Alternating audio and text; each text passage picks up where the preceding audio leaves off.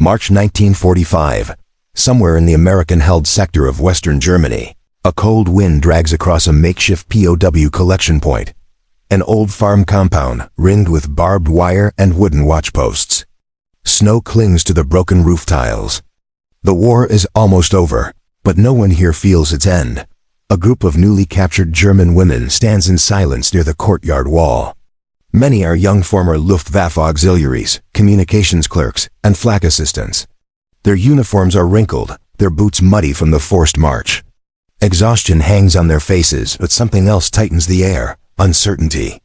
They had heard rumors about what awaited them behind American lines, but none of them truly knew. An engine growls in the distance. A U.S. Army truck rolls through the gate, kicking up slush. The women straighten instinctively, expecting the usual white American guards or officers. Instead, the tailgate drops and a squad of black American soldiers steps down.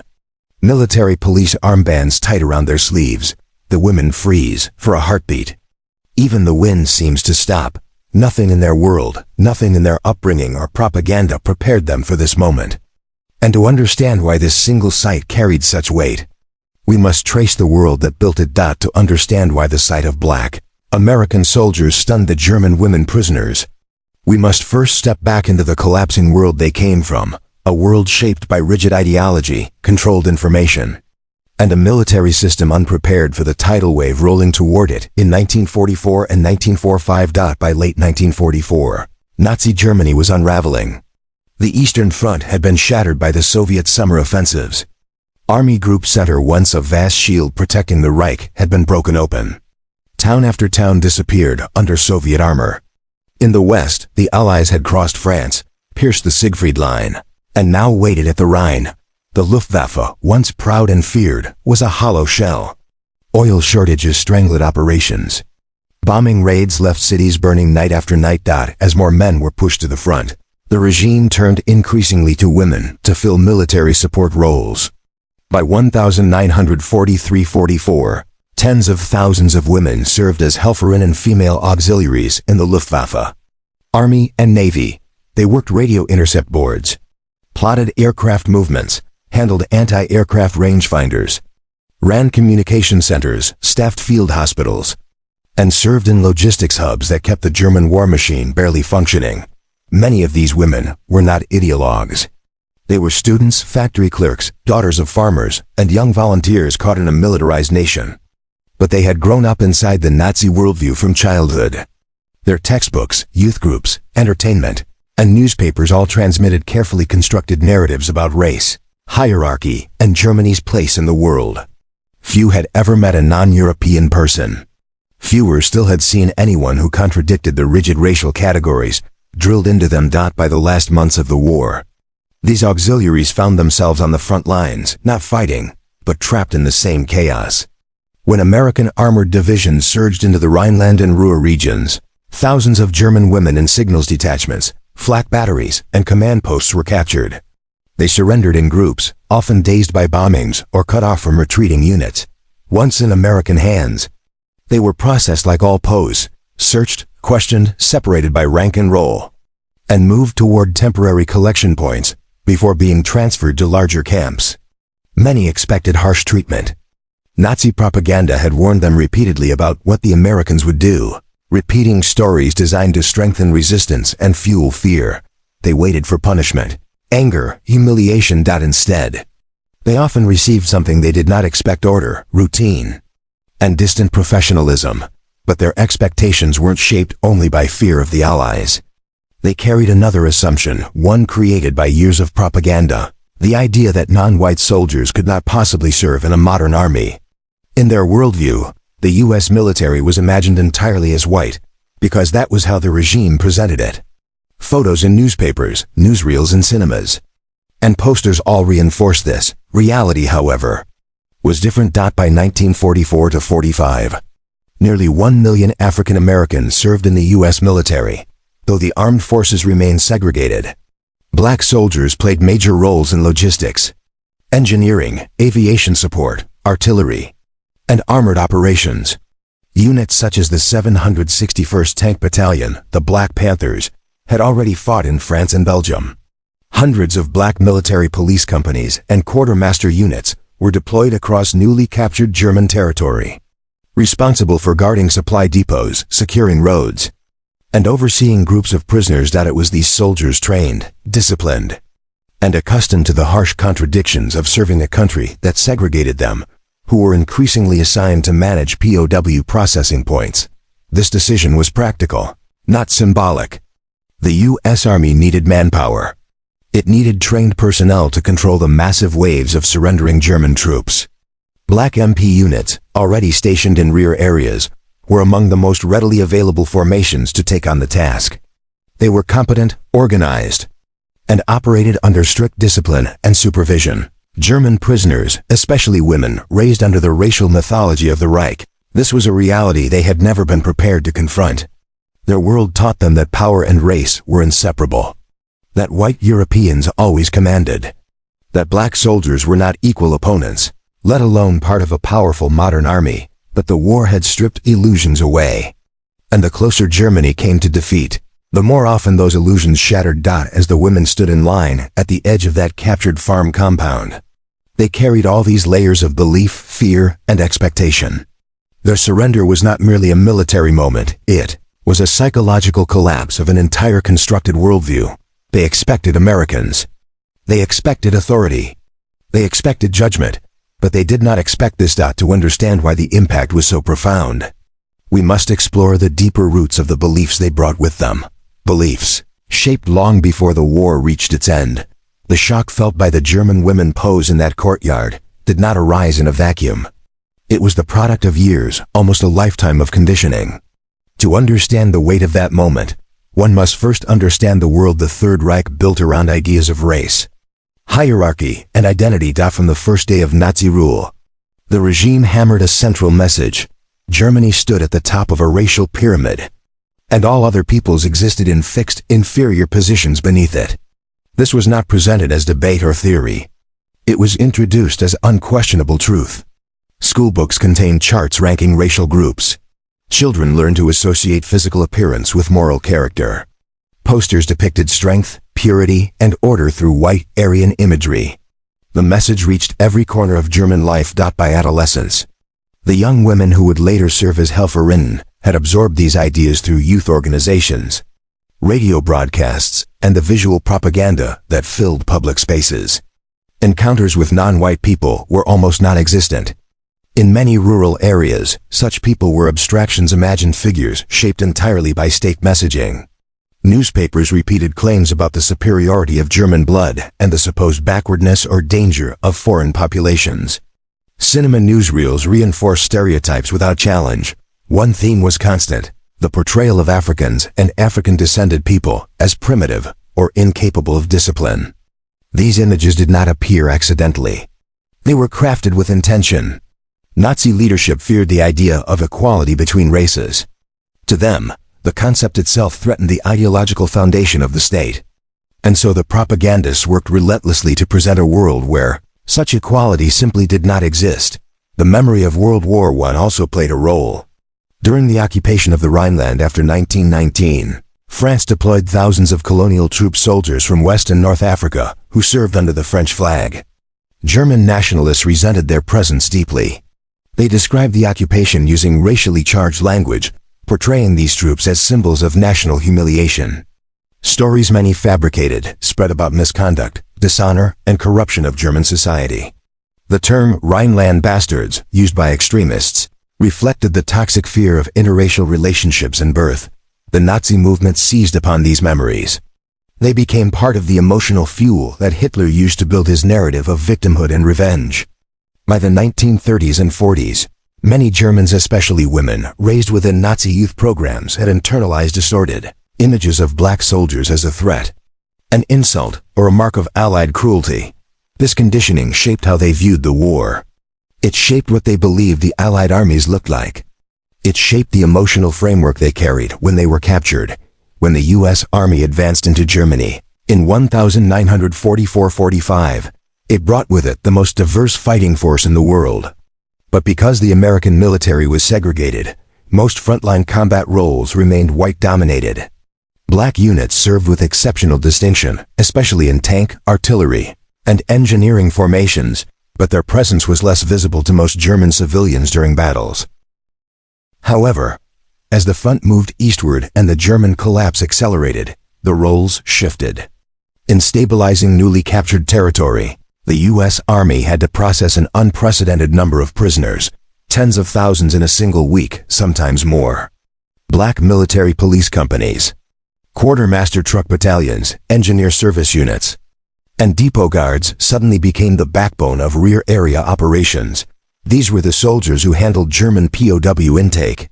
These were the men stationed along roadsides, at checkpoints, and in temporary holding pens. These were the first Americans many surrendering Germans encountered.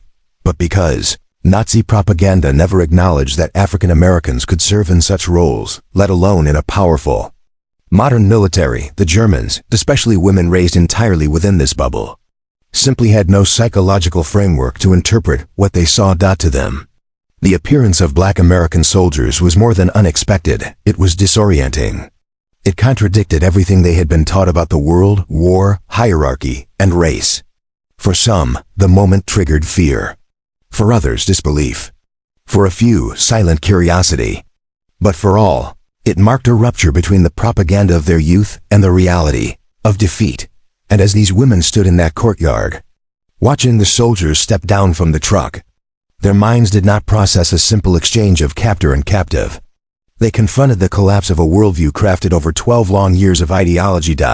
This was not only the end of a war, it was the end of a constructed truth.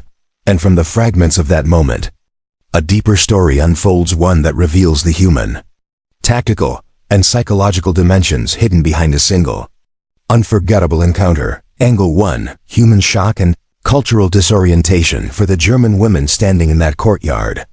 The moment the Black American soldiers appeared was not simply a visual surprise. It was a collision of worlds, an emotional rupture where upbringing and reality clashed in an instant. Most of these women had never seen a black person in their lives. Their experiences had been shaped entirely within a society built on homogeneity and rigid categories. What they had known came from classroom charts, propaganda films, and whispered warnings. None of it matched the disciplined soldiers who stepped from that truck. Their reactions varied, but all were rooted in disorientation. Some stiffened, unsure how to behave. Others averted their eyes, taught since childhood that racial boundaries were absolute. A few stared openly, curiosity overpowering fear. The contrast between what they expected, brutality, chaos, loss of control, and what they witnessed, organized procedure, quiet authority, unsettled them deeply. This was not merely a moment of defeat. It was a moment of unmasking. To the women, the Black American soldiers represented something Germany had denied for years. That strength, competence, and dignity were not bound to race. The U.S. Army's uniform alone challenged the carefully constructed myths they carried. And as they watched the soldiers carry out their duties with calm professionalism, a new and unfamiliar realization began to form. Their world had lied to them. And the truth was standing right in front of them. Angle 2. Military reality versus German expectations in the final months of the war. Germany's population, especially women who served in auxiliary roles, expected to be captured by soldiers who resembled the ones shown in propaganda, white Americans, uniformed and assured, symbolizing the Western enemy. What they did not anticipate was the operational reality of the U.S. Army in 1945, because the American war machine was immense. Layered and highly organized, its manpower needs extended far beyond the frontline divisions. Rear area operations required constant movement supplies, prisoners, ammunition, fuel, equipment. Black American units formed the backbone of these logistical frameworks. By 1945, they were everywhere the front had recently passed, guarding supply columns, managing depots, policing captured towns, and overseeing posts. When German women auxiliaries were captured, the units responsible for their processing were not chosen based on ideology or symbolism. They were chosen based on availability and efficiency. Most Black MP companies, quartermaster truck battalions, and service groups were already stationed close to areas of surrender. Their presence was practical, immediate, and often decisive in restoring order. This military logic clashed violently with German expectations. The women assumed racial hierarchy shaped the American military just as it shaped their own.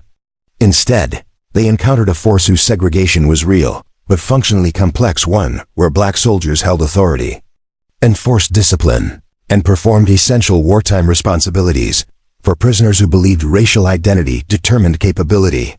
The experience was destabilizing.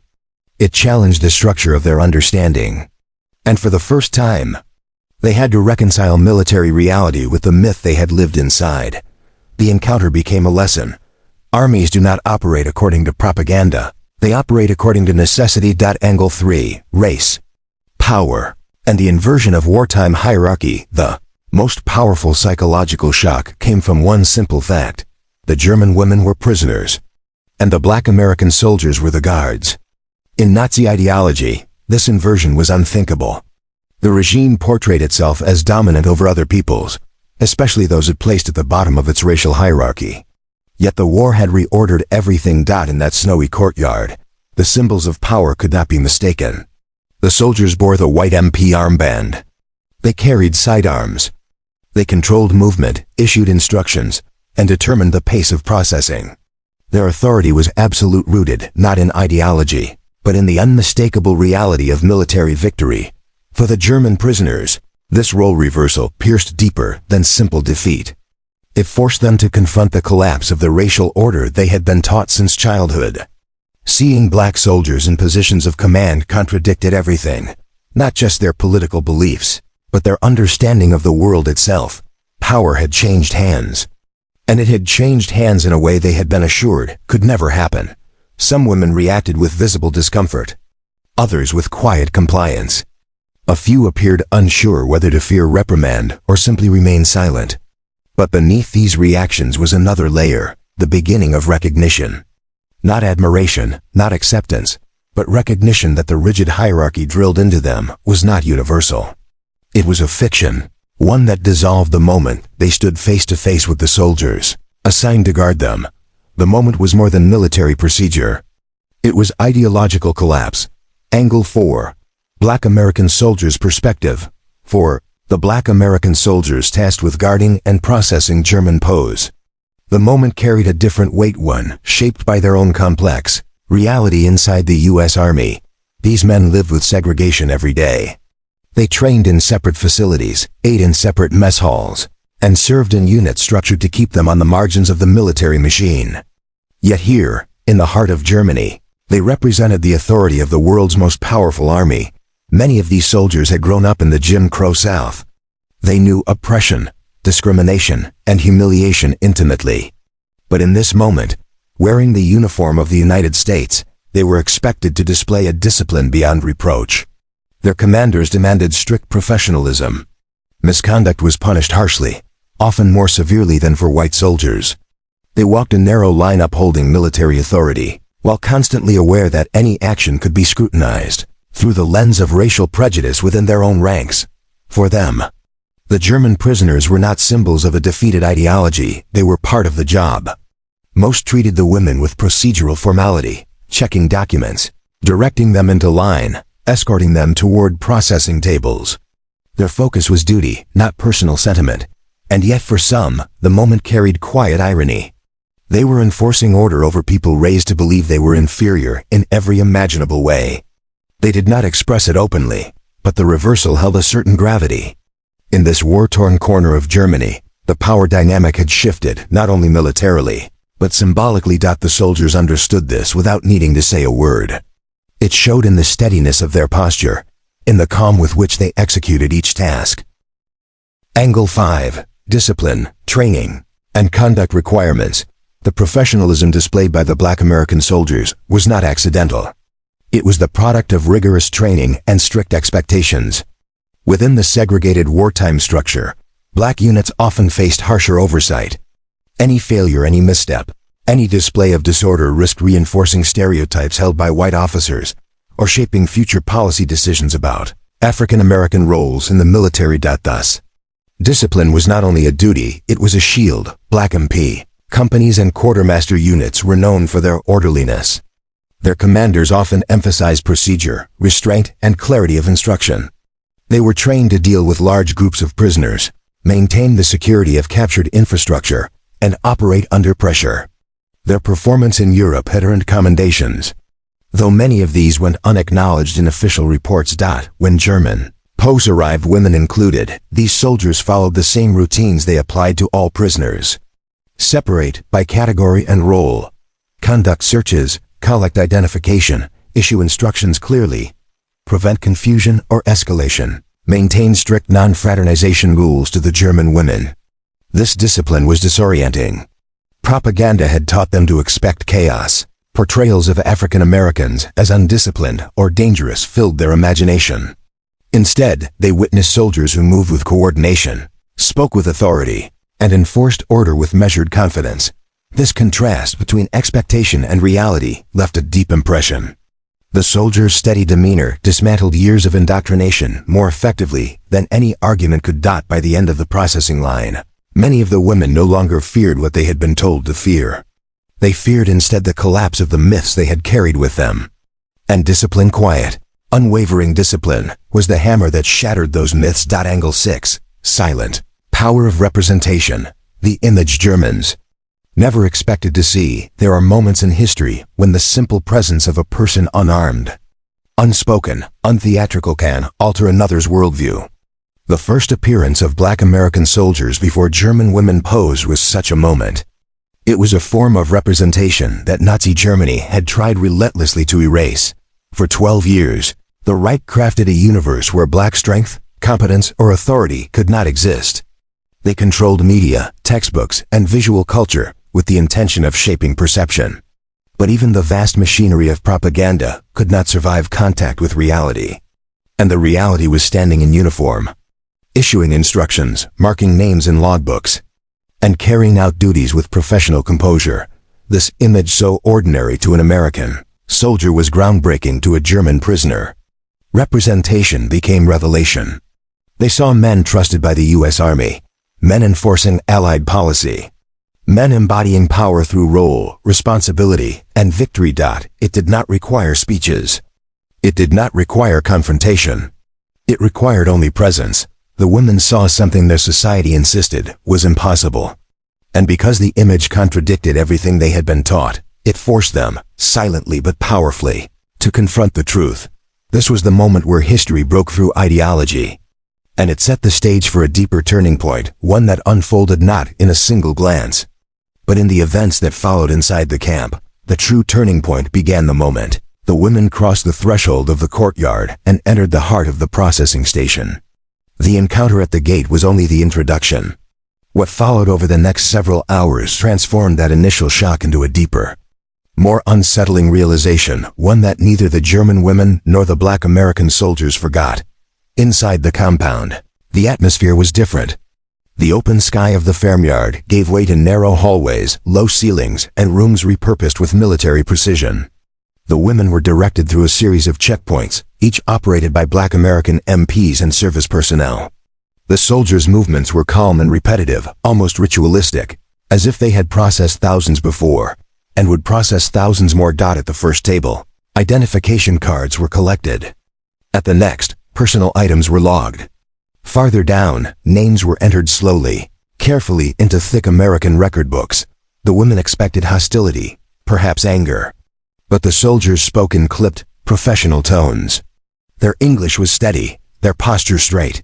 They wore clean uniforms, boots polished despite the mud of early spring. Many of the German POs trained to read status from appearance, recognized immediately. These were not auxiliary workers or laborers. These were soldiers with authority. And authority is what shook them the most. One woman, barely 20, her Luftwaffe auxiliary badge still pinned to her coat, hesitated when instructed to step forward. A black MP repeated the command, firm but measured. She obeyed, her eyes fixed downward. In that brief exchange, the power dynamic of the war was made visible in its simplest form: the vanquished and the victor. Roles enforced not by ideology, but by reality. Moments like this repeated themselves. Quietly across the room, a group of 3 women whispered to each other, unsure if they should speak. A soldier tapped the table and pointed for them to separate. They did so immediately. Another woman seemed frozen in place. STRING, not at the MPs, but at the MP armband symbol she never imagined worn by men whom her society had deemed inferior. The contradiction overwhelmed her. A guard, noticing her confusion, motioned her forward. His gesture was neither impatient nor aggressive. It was procedural. That simplicity made it even harder for her to process. What surprised the German women most was the absence of cruelty. They had been warned, relentlessly warned, about what black soldiers would do to them. Nazi propaganda had portrayed African Americans as violent and unrestrained, ready to harm any German who fell into their hands. Yet here, in the cold interior of a commandeered farmhouse, the opposite unfolded. The soldiers followed rules. They observed standards. They conducted themselves with a restraint that many prisoners would later describe as unexpected, disorienting, or even embarrassing. It was not kindness they encountered. It was professionalism. And professionalism carried more power than threats ever could. For the soldiers, this was routine. They handled the paperwork with precision, cross-checked lists, verified ranks. Their training had prepared them for large-scale surrenders. Some had processed far larger groups, sometimes hundreds per day. But they also knew they were watched closely by American officers who expected them to perform without error. Their discipline was not just a reflection of duty. It was a survival mechanism within a segregated system. As the hours passed, the German women began to see patterns. The soldiers deferred to white American supervisors when required. But in the processing rooms, in the lines, in the checkpoints, black soldiers were in control. They directed movements. They maintained order. They dictated the pace. For the first time in their lives, many of the women experienced power exercised by people whom their society had insisted possessed none. This inversion did not require raised voices or displays of strength. It was visible in the smallest actions, the stamp of a document, the wave of a hand instructing the next group to step forward, the firmness in a soldier's stance at the doorway, the silence that followed when a command was given. By midday, the courtyard encounter had transformed from awe into a dawning comprehension. The German prisoners realized that the war had not only defeated their nation, militarily, it had dismantled the imagined world they had inherited. The presence of these soldiers forced them to confront a truth. They had been shielded from their entire lives. The women entered the compound expecting to face an enemy. Instead, they faced reality. And the true shift, the pivotal turning point, came not in the first glance, but in the hours that followed, when observation replaced fear and recognition replaced disbelief. Because once the doors of the holding barracks closed behind them, the illusion of superiority shattered completely. When the women were finally moved from the processing rooms to the holding barracks, a new stage of the experience began. The initial shock had passed. The disbelief had settled. What remained was the slow, quiet unraveling of everything they thought they understood. Inside the barracks, once a livestock barn, now lined with rows of military cots, the German women sat in restless clusters. Their boots scraped against the concrete floor.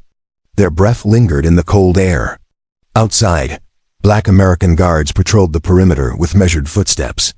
Each time one walked past a window, conversations fell into silence. What struck the prisoners was the consistency. The soldiers outside were the same men who had processed them inside, calm, disciplined, focused. They were not acting for officers. They were not performing under direct supervision. Their conduct did not falter when unseen. That realization unsettled the German women more than anything. So far, many of the prisoners began comparing their expectations to what they observed. One remembered the posters from her youth showing Africans as caricatures, chaotic, threatening, incapable of military order. She looked through the cracks of the barracks wall and saw a man standing guard, upright and still, scanning the surroundings with trained awareness. Another recalled the warnings spread during the final months of the war, that black soldiers would show no restraint. That surrender to them was a death sentence. She watched two MPs escort a sick German prisoner to the infirmary. Without a hint of malice, others whispered about the contradiction between Nazi teachings and the professionalism they had now witnessed for hours. Some resisted the thought. Others quietly allowed it to settle in. The moment of rupture had begun during the first encounter.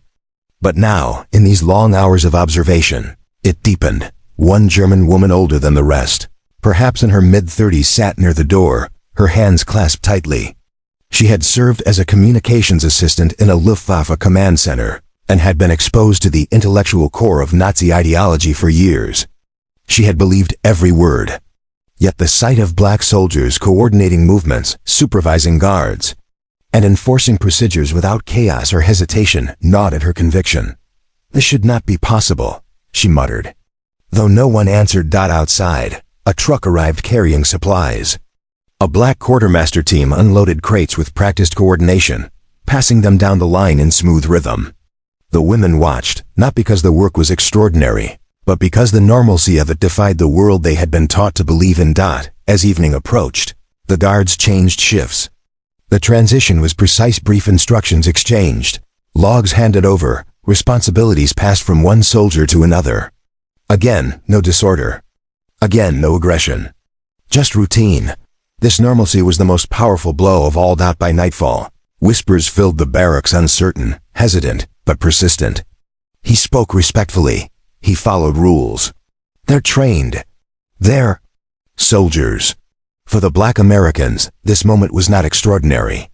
They were simply performing duties, following procedures, representing an army that demanded discipline from them at all times. They had long learned to navigate the contradictions of their service, fighting tyranny abroad while confronting discrimination at home.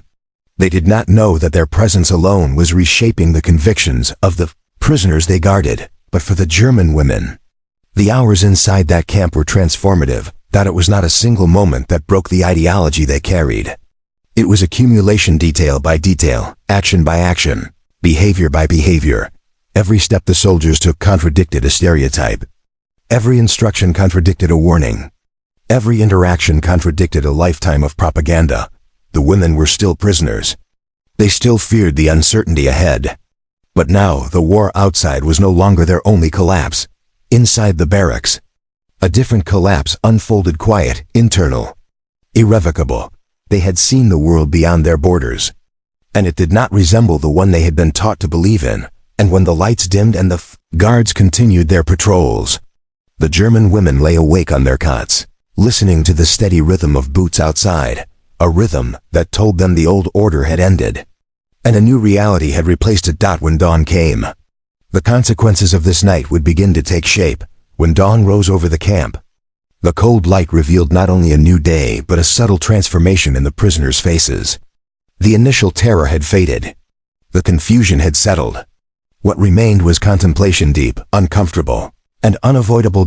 As the women emerged from the barracks for morning roll call, they moved in quiet lines across the frost-covered ground. The black American MPs stood waiting, clipboards ready, their presence now familiar yet no less impactful.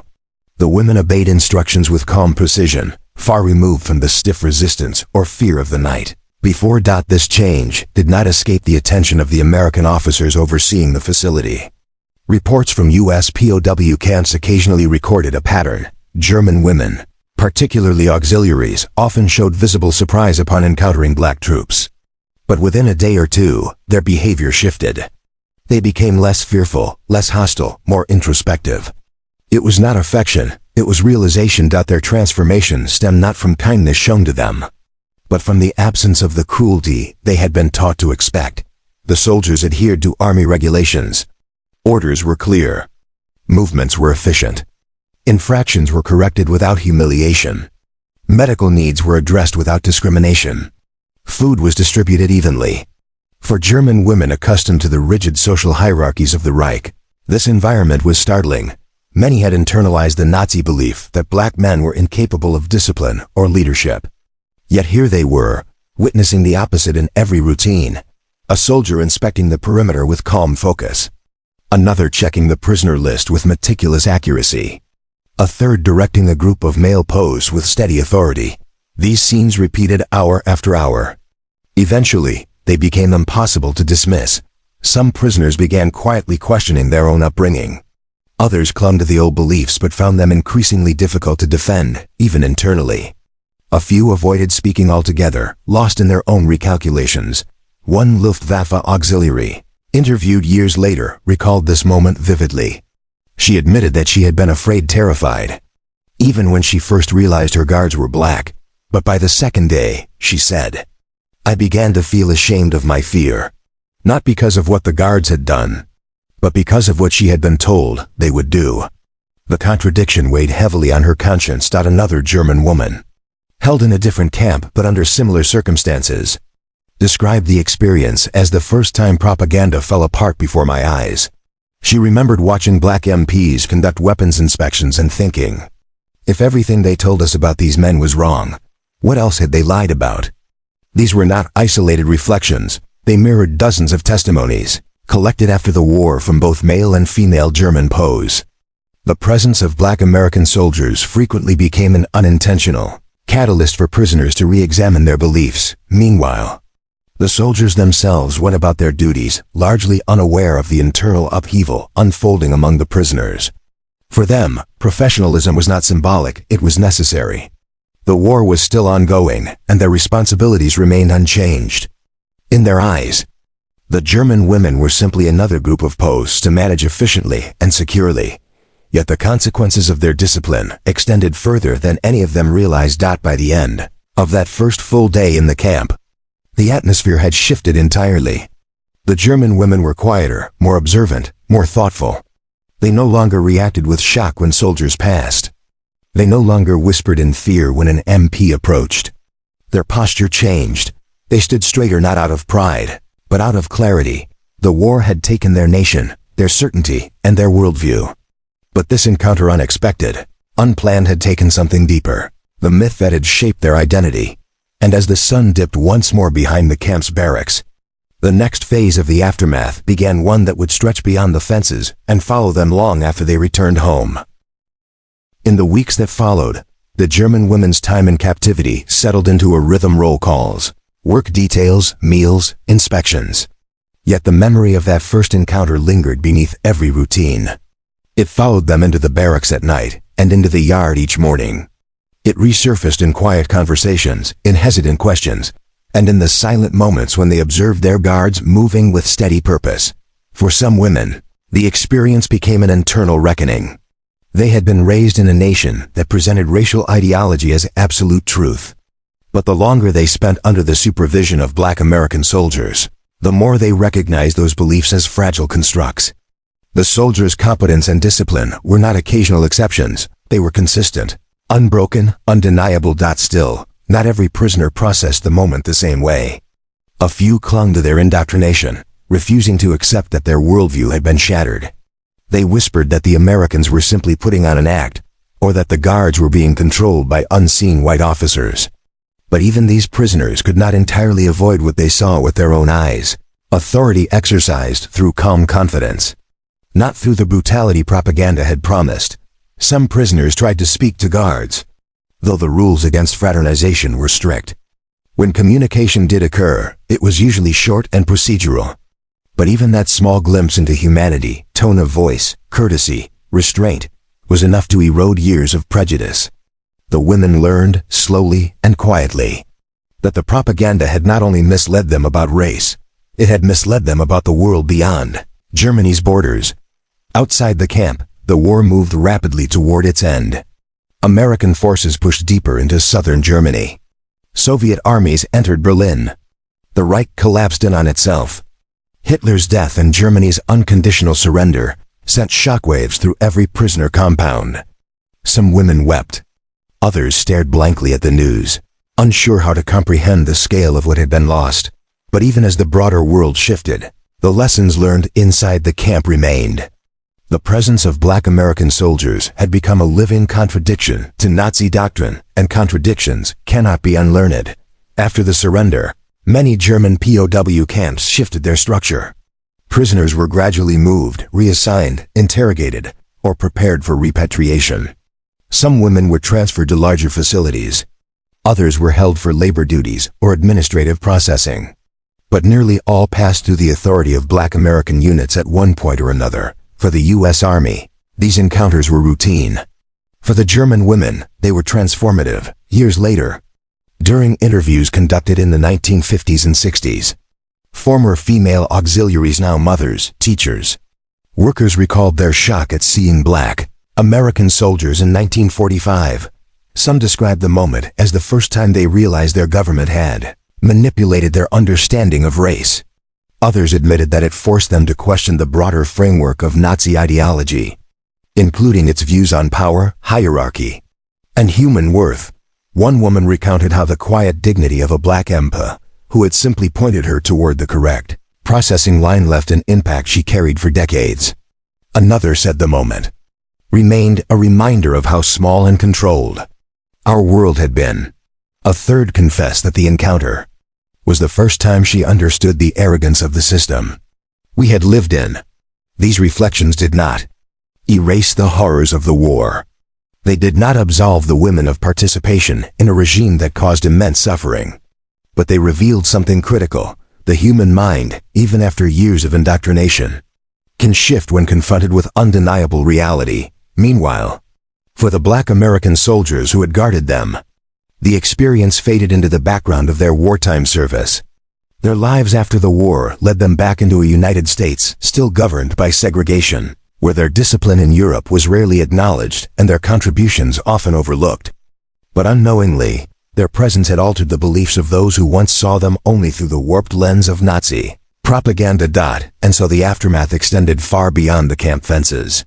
It stretched into memory, into post-war lives, into a generation forced to confront the difference between ideology and truth. The encounter had ended, but the impression it left would echo long after the war was over. In the long shadow of the Second World War, certain moments lose their place in official histories, not because they lacked significance, but because they unfolded quietly, without gunfire or dramatic speeches. The first time German women prisoners saw black American soldiers was one of those moments.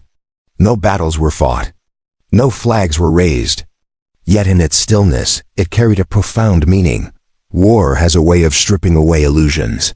It forces people to confront truths their societies tried to bury. For the German women who stepped into captivity in 1945, the presence of black American soldiers challenged the very core of the ideology they had known since childhood. It dismantled a worldview built through propaganda, isolation, and unquestioned repetition. Not through confrontation, but through the simple, undeniable power of reality. The soldiers standing guard that day did not consider themselves symbols. They were performing their duties under a military that often denied them equality, even as it relied on their labor and discipline. Yet their professionalism, restraint, and quiet authority became a mirror for the prisoners, reflecting a world beyond the boundaries of the Reich. A world where strength and dignity were not confined to race. For the German women, the encounter marked the beginning of an internal shift. It forced them to reconsider what they had been taught, what they had believed, and what they would carry into the rest of their lives. For some, it sparked a lifelong reevaluation. For others, it planted a seed of doubt that would grow in the decades after the war. History often remembers victories in terms of territory and treaties. But some victories occur in the human mind, in the moment when truth overrides ideology. The sight of black American soldiers in 1945 was one such victory. It showed, in the simplest possible terms, that the world was larger, more complex, and more interconnected than the walls built around them. And as the war faded into memory, that quiet realization remained proof that sometimes the most powerful battles are fought not on the battlefield, but within the beliefs we once held unshakable. If you found this chapter of forgotten history worth exploring, consider subscribing. There are many more hidden moments from World War II still buried beneath the surface.